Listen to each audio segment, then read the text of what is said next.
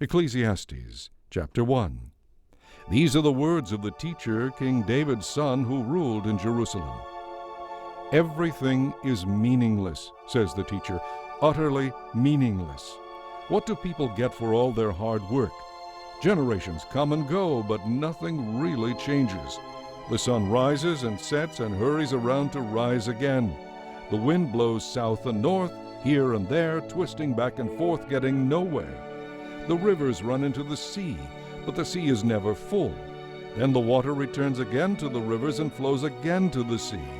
Everything is so weary and tiresome. No matter how much we see, we are never satisfied. No matter how much we hear, we are not content. History merely repeats itself. It has all been done before. Nothing under the sun is truly new. What can you point to that is new? How do you know it didn't already exist long ago? We don't remember what happened in those former times, and in future generations, no one will remember what we are doing now. I, the teacher, was king of Israel, and I lived in Jerusalem. I devoted myself to search for understanding and to explore by wisdom everything being done in the world. I soon discovered that God has dealt a tragic existence to the human race. Everything under the sun is meaningless, like chasing the wind. What is wrong cannot be righted. What is missing cannot be recovered. I said to myself, "Look, I am wiser than any of the kings who ruled in Jerusalem before me. I have greater wisdom and knowledge than any of them." So I worked hard to distinguish wisdom from foolishness. But now I realize that even this was like chasing the wind. For the greater my wisdom, the greater my grief. To increase knowledge only increases sorrow. Chapter 2. I said to myself, "Come now, let's give pleasure a try. Let's look for the good things in life." But I found that this, too, was meaningless. "It is silly to be laughing all the time," I said. "What good does it do to seek only pleasure?" After much thought, I decided to cheer myself with wine. While still seeking wisdom, I clutched at foolishness. In this way, I hope to experience the only happiness most people find during their brief life in this world. I also tried to find meaning by building huge homes for myself and by planting beautiful vineyards. I made gardens and parks, filling them with all kinds of fruit trees. I built reservoirs to collect the water, to irrigate my many flourishing groves. I bought slaves, both men and women, and others were born into my household. I also owned great herds and flocks, more than any of the kings who lived in Jerusalem before me. I collected great sums of silver and gold, the treasure of many kings and provinces. I hired wonderful singers, both men and women, and had many beautiful concubines. I had everything a man could desire. So I became greater than any of the kings who ruled in Jerusalem before me. And with it all, I remained clear-eyed so that I could evaluate all these things. Anything I wanted, I took. I did not restrain myself from any joy. I even found great pleasure in hard work, an additional reward for all my labors. But as I looked at everything I had worked so hard to accomplish, it was all so meaningless. It was like chasing the wind. There was nothing really worthwhile anywhere. So I decided to compare wisdom and folly, and anyone else would come to the same conclusions I did. Wisdom is of more value than foolishness, just as light is better than darkness. For the wise person sees, while the fool is blind. Yet I saw that wise and foolish people share the same fate. Both of them die. Just as the fool will die, so will I. So of what value is all my wisdom? Then I said to myself, "This is all so meaningless." For the wise person and the fool both die, and in the days to come both will be forgotten. So now I hate life, because everything done here under the sun is so irrational. Everything is meaningless, like chasing the wind. I am disgusted that I must leave the fruits of my hard work to others. And who can tell whether my successors will be wise or foolish? And yet they will control everything I have gained by my skill and hard work. How meaningless! So I turned in despair from hard work. It was not the answer to my search for satisfaction in this life. For though I do my work with wisdom, knowledge, and skill, I must leave everything I gain to people who haven't worked to earn it. This is not only foolish but highly unfair. So what do people get for all their hard work? Their days of labor are filled with pain and grief. Even at night they cannot rest. It is all utterly meaningless. So I decided there is nothing better than to enjoy food and drink and to find satisfaction in work. Then I realized that this pleasure is from the hand of God.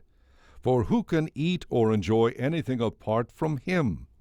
God gives wisdom, knowledge, and joy to those who please Him.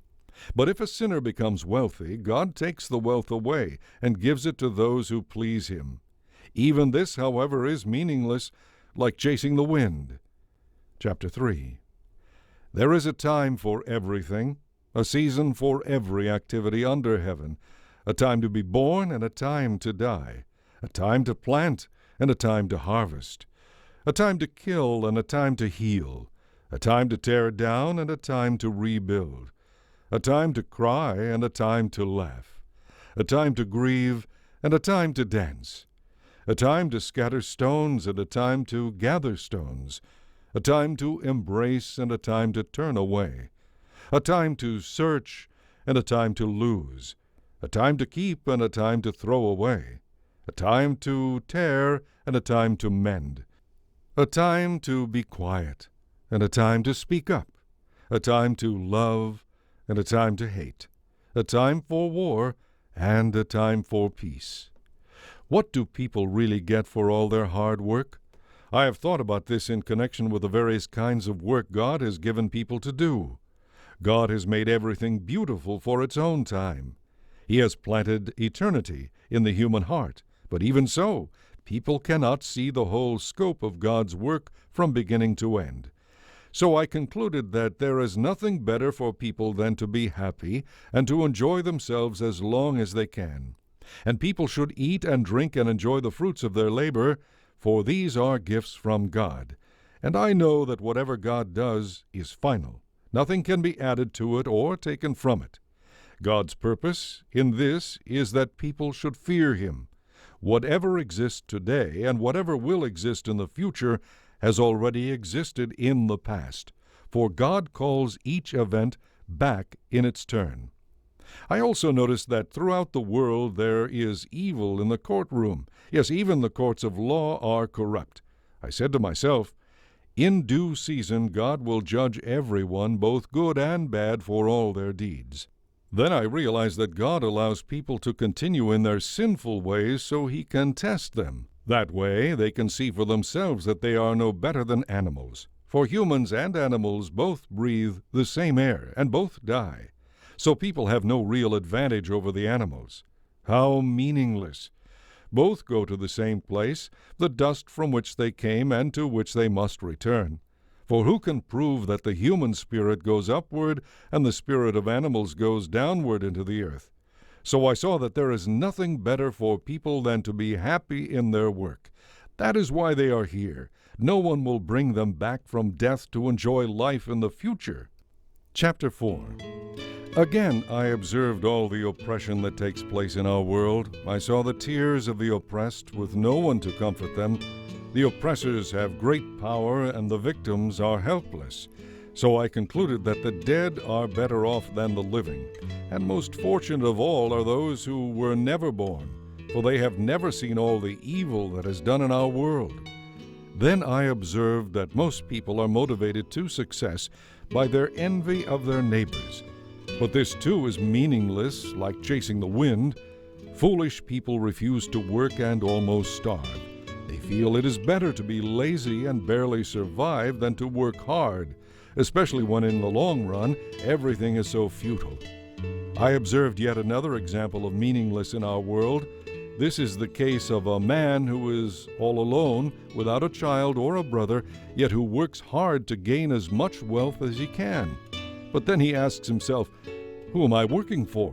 Why am I giving up so much pleasure now? It is all so meaningless and depressing. Two people can accomplish more than twice as much as one. They get a better return for their labor. If one person falls, the other can reach out and help.